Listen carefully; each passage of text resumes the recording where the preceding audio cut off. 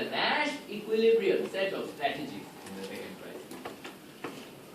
Okay, Nash equilibrium set of bidding strategies. Once you have determined these equilibrium strategies, then you can comment on the equilibrium outcome.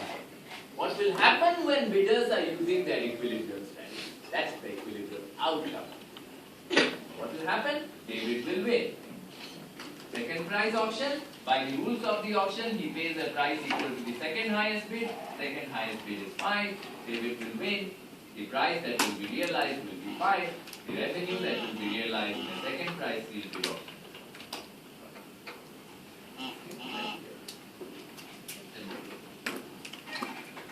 The third question asks me this. Determine the bidder's equilibrium strategies in a first price sealed bid auction. This is part C. Determine bidder's equilibrium strategies in a first price sealed bid auction.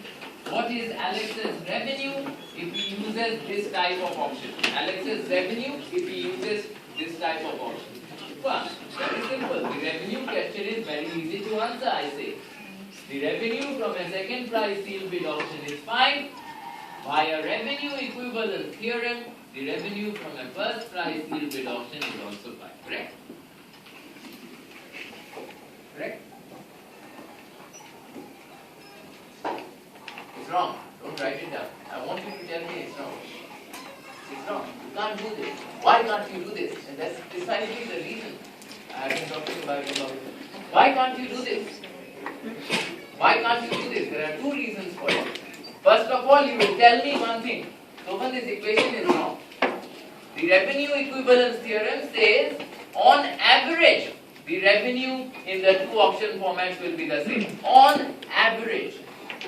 Therefore, the revenue equivalence theorem does not say this. It says the expected revenue will be the same. On average. On average. On average. This is one particular auction. Look, the bidder's valuations are known to us. One particular auction. This is like auctioning my sunglasses in a Monday. Not on average, on my Monday.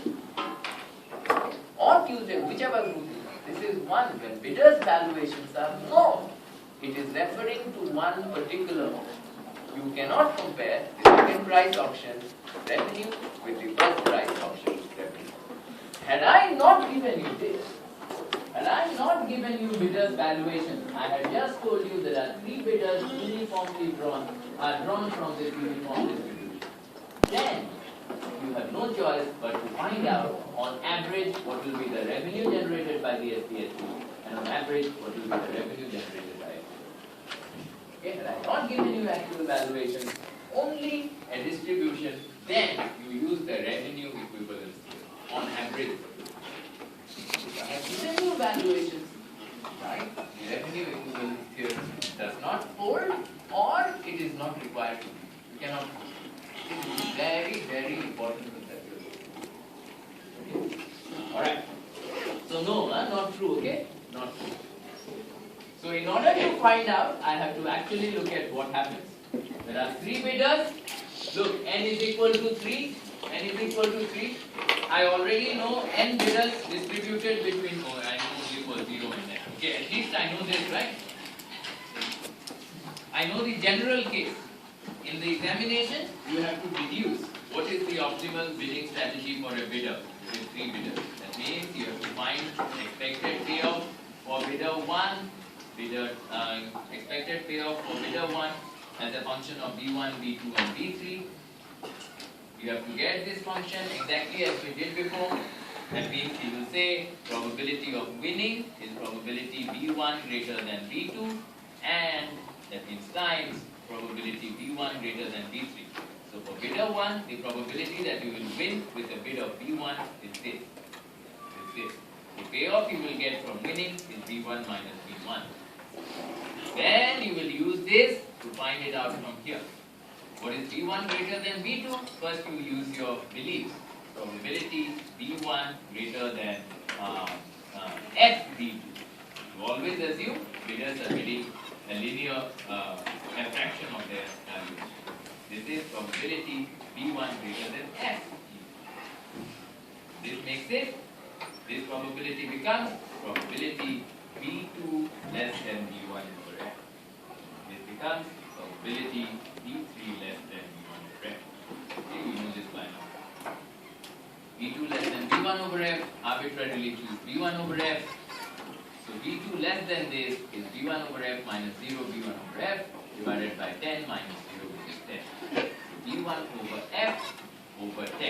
This probability value is B1 over F over 10 square. This times the same probability times B1 minus B1. This is your expected payoff. BPI B1 comma. Then you will differentiate this with respect to B1, solve and get the value of B1 star. So say, we can solve it. I'm not going to solve it here. So when you differentiate, you get this. Say you get B1 star is equal to 1 quarter B1. I get this value. I solve for B1, say I get this value, 1 quarter. Then what will be the price in this auction? I know that David will bid 1 quarter of 8.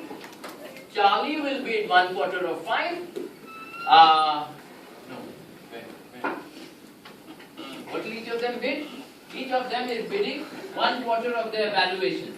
Therefore, the Nash equilibrium set of strategies in the first price sealed bid game will be this. 1 quarter B1. B1 is 2. 1 quarter 2 for Ben. This is Ben's bid, comma 1 quarter 5 for Charlie. This is Charlie's bid. 1 quarter 8 for David. This is David. This will be the Nash equilibrium set of bidding strategies. Therefore, who will win? David will win. How much will he pay? This much is for first price. Okay.